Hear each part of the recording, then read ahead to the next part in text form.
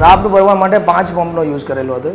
એ 5 pump યુઝમાંથી 2 advance, 2 Hindustan અને 1 first choice, એમ કરીને total 3 કંપનીઓના 5 પંપ યુઝ કરેલા છે.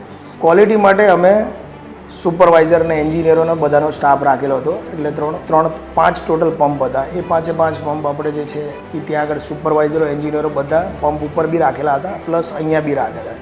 એટલે ક્વોલિટી ટોટલ મેન્ટેન જળવાઈ રહે એના માટે.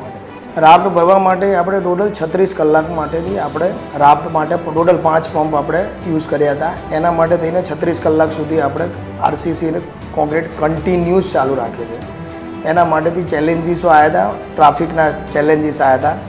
એ ચેલેન્જીસ માટે અમે ટોટલ અચીવ કરેલું હતું. એટલે એના માટે સિક્યુરિટી ગાર્ડ છે, એન્જિનિયર, સુપરવાઇઝર બધાને આપણે ટ્રાફિક ના થાય એના માટે થઈને પૂરેપૂરી એફર્ટ કરેલી છે.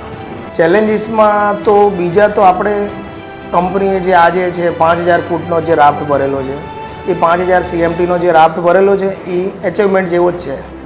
કે એમાં ચેલેન્જીસ એવું છે કે ઘણું બધું આપણે જોવા મળ્યું આપણને.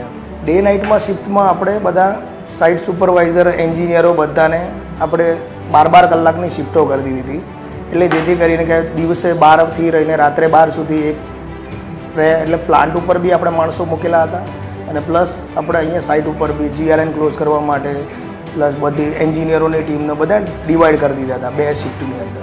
ક્વોલિટી ચેક કરવા માટેથી આપણી એક ટીમ હતી, મેઇન એન્જિનિયરથી લઈને એના અંડરમાં 3-4 એન્જિનિયરો રાખેલા હતા. એટલા માટે એ લોકો કન્ટિન્યુઅસ જ્યારે RMC 36 કલાક માટે કન્ટિન્યુ એ લોકો ક્વોલિટી ચેક કર્યા કરે, ચેક કરે પછી જ અંદર માલ અંદર રાફ્ટની અંદર પસાર થાય.